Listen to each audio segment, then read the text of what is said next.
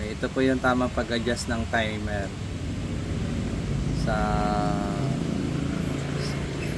digital. So ito tatanggalin muna natin yung lock na ito para ma-adjust natin yung setting. So press nyo lang tong arrow up down sabay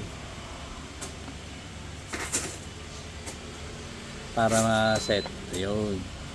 Pag nawala na yung lock, pwede na natin i-adjust yan. So yung oras ngayon ay 11:14. So babaguhin natin ngayon yung oras. So i-press nyo lang to. So naka 11:14. Yung tamang oras ngayon ay nasa alas 3 na eh, 3:21. So 3:21, i-adjust lang natin para mabago yan.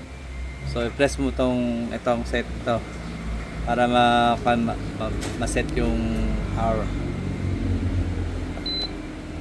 Yun, pag nag-blink na, pwede na natin i-adjust.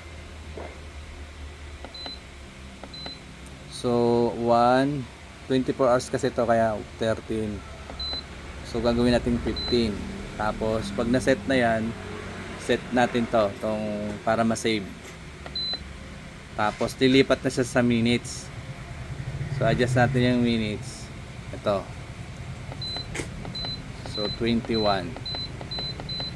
Yun. Pag okay na yung minutes, save na natin. Ito. Yun. So nawala na yung blink. So susunod na setting, hindi na natin i-adjust yun kasi yung hour lang naman, yung oras lang natin binago. So i-down mo na lang. Ito kasi yung susunod na setting, yung time ng backwash yan eh. Tapos yung days ng interval. So ini-next mo na lang yan siya. Next na lang kasi nakaset na yon. So next mo na lang hanggang sa lumabas na yung tamang oras ngayon. Ito. So na yan. Pag ano yan, okay na yan. Antayin mo na lang na mawala tong, pwede na kahit hindi mo naantayin, maglalak na kasi yan after na hindi na ginagalaw eh. So pwede natin antayin. Maglalak na rin yan siya mamaya.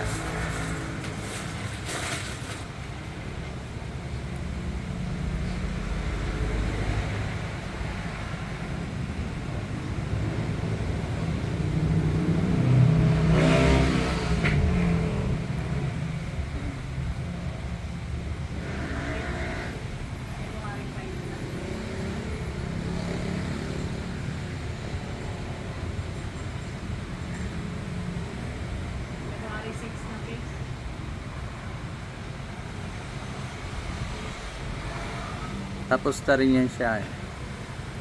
Maglalak na lang yan siya. Ayun. So hindi mo na siya pwedeng ma-adjust kasi nakalock na yan, lumabas na to eh. So yun lang ang tamang pag-adjust ng oras.